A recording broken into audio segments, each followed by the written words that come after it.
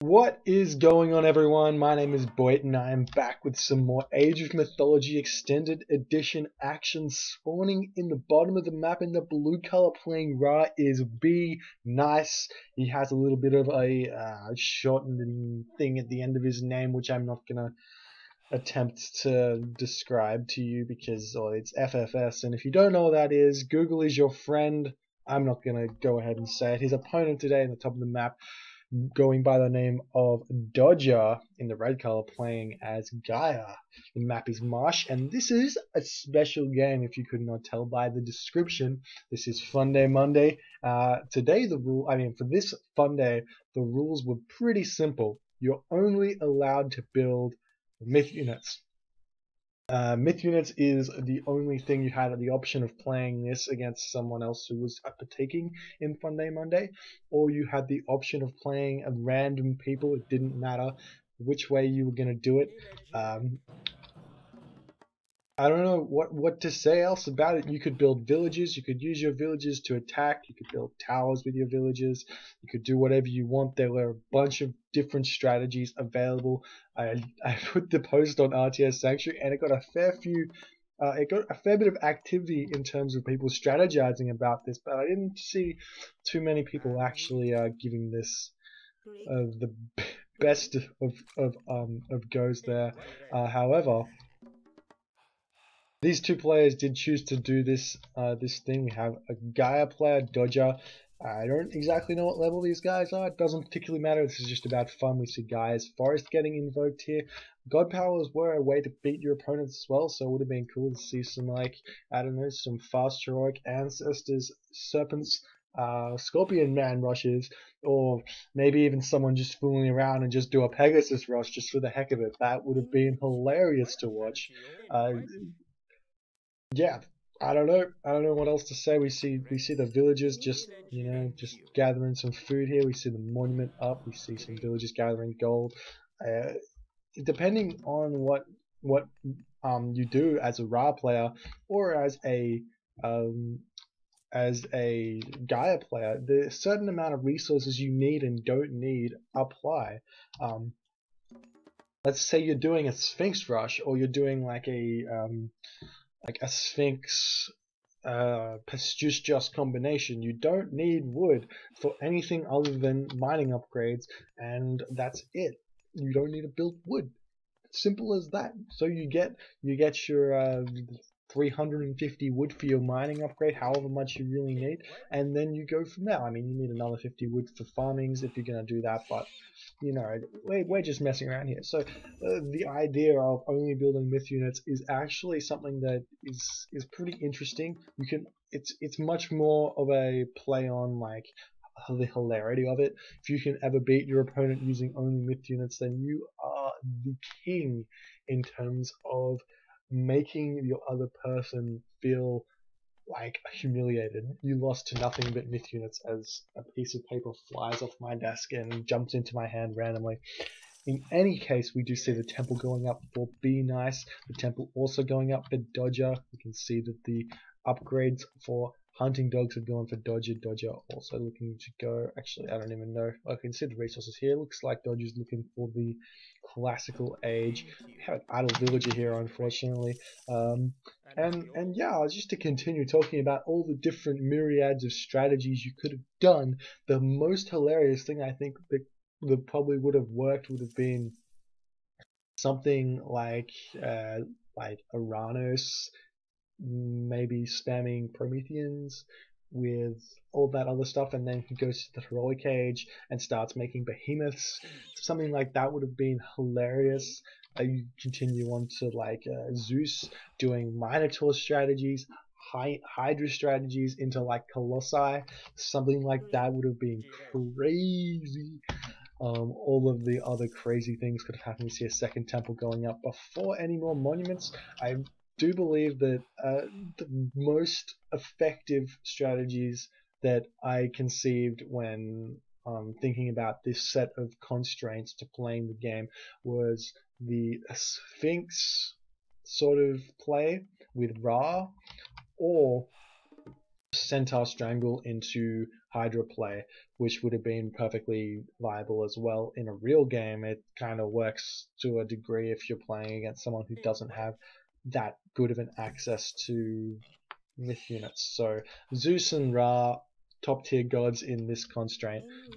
Sphinx, very, very strong. Pestrus, very, very strong. And then finally, to top it all off, going with the Avenger in the Mythic Age would have been hilarious, as well as Avengers being masked is great. I do remember spending some time in the early days with my AOM playing career, making nothing but Avengers.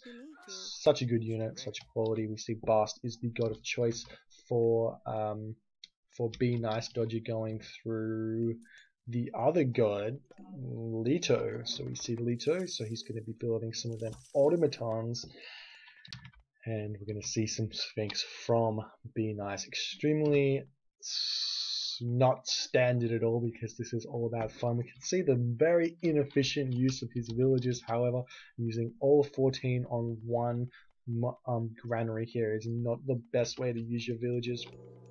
Generally what you want to do is you want to separate them so that you can get the maximum amount of income. And just all of your villagers at one spot is generally a bad thing. We see that Leto has been grabbed for Be Nice, and sorry, for Dodger, and Bast has been grabbed for Be Nice. We run over and we check out this. We see the immediate start production of Sphinx. See the monument going up there. That's a monument to soldiers. It's going to be able to produce Sphinx a little bit quicker now, and we see that Dodger has started to build some automatons. So also chucking down a counterbarracks. Yeah, pretty cool, pretty standard sort of. Not really, because Gaia doesn't really exist in any sort of play. Automatons are pretty trash units. Look, they've got 200 health, 11 attack. Like, on paper, they actually look relatively strong, but they're just, like, really not. I don't know why. If they were buffed, I think Gaia would be viable. Just quietly. Like, Spider Lair is pretty trash, but here we see the start of the Sphinx raids coming in here. Gonna pick off some of these villagers, citizens, whatever they're called. And we can see the villagers moving forward. He's got some gold in the bank. Might be wanting to build some towers at the front of Dodger's base. It's hard to get the names right. The automatons now coming in, going to attempt to fend off here. You can see that these automatons taking a bit of a beating there, dealing a small amount of damage to the Sphinx and almost losing one of them. Chasing the villagers around. Villagers definitely look like they want to be doing something, but there is Gaia Forest here, not Gaia Lush, so it's difficult for him to actually build a tower when there is Gaia Lush here. And we can see that the automaton trying to repair the other automaton, and we might be able to pick off one of these villagers, but it's going to lose all 4 of these automatons for one villager. Unfortunate for him there. The tower's going to go down, or it's just going to be left standing there to regenerate health at 10 HP. You can see the other villagers moving around here trying to pick off these sentry towers as well. So this is definitely a part of the rules. You could use your villagers to attack your opponent as well as myth units. You couldn't use any infantry or anything like that. As we see a second town center going up in the back of Dodger's base, looking for that economic bonus. We can see that the automatons have finally picked off all those villagers. The Sphinx coming in here now, trying to pick off those automatons, trying to prevent them from rebuilding each other. That's the one strength of automatons, is that they can rebuild each other. It's a very interesting and unique sort of unit there. If it dies, it's not actually dead for a prolonged period of time. I'm not sure exactly what that is. If we move over to Dodger's perspective, we might be able to see it. And they are all gone now.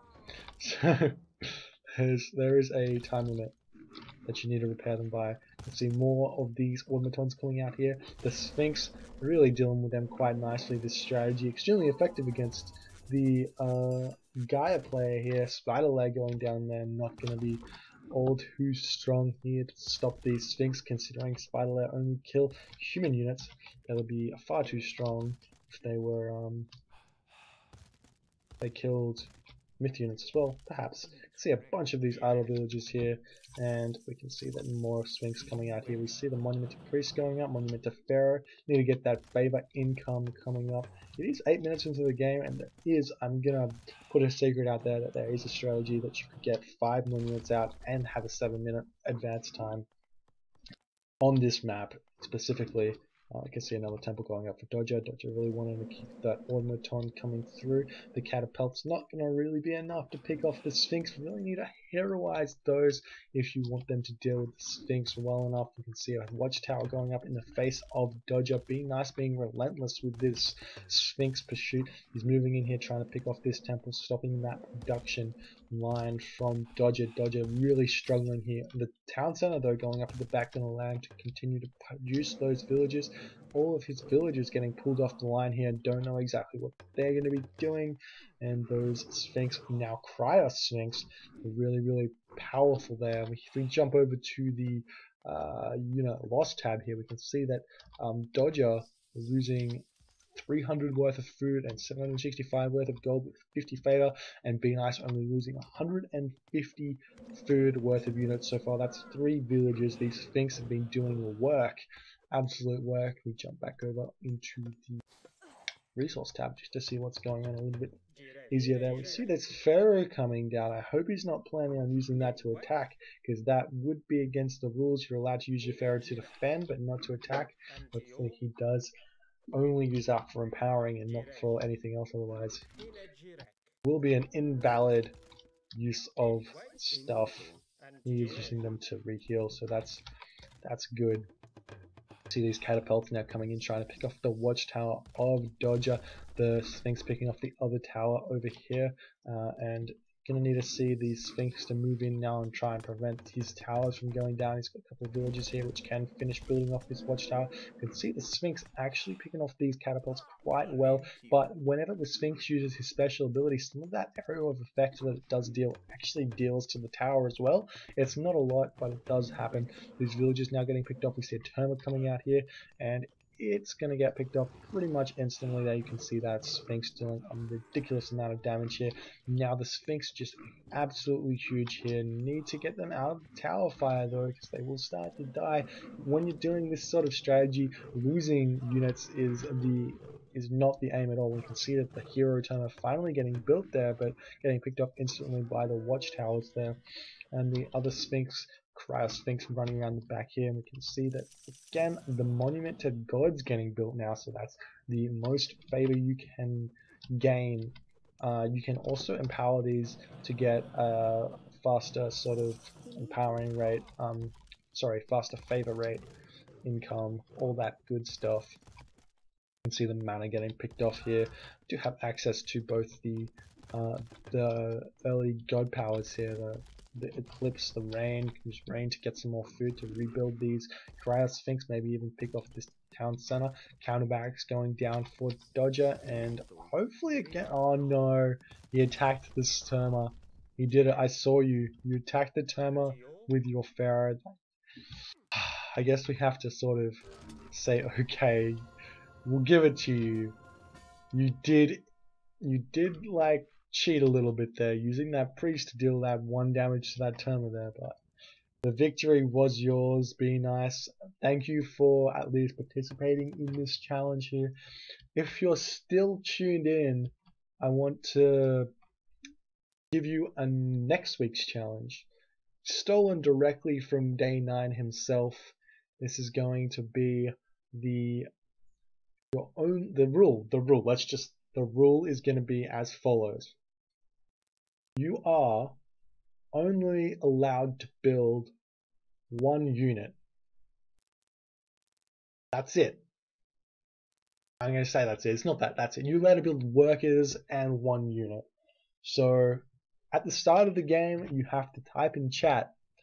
Well, you don't have to, but it'd be nice if you typed in chat and you said the unit you're going to have in some sort of witty sentence.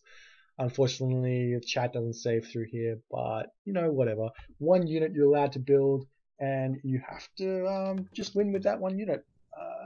Unlike the myth unit strategy, I'm going to put a constraint on villages. Villages are not allowed to be used in an offensive manner. You're allowed to build towers to defend, but you're not allowed to use towers to be aggressive here. I don't want to see all these games with people winning with towers, though mostly this game is won with Sphinx. So 1 unit, you're allowed to build workers, you're allowed to build that 1 unit, and that is it. Send your replays to hailboittv@gmail.com, and maybe not. I will cast your game, and thank you guys for tuning in. I'll see you guys next time.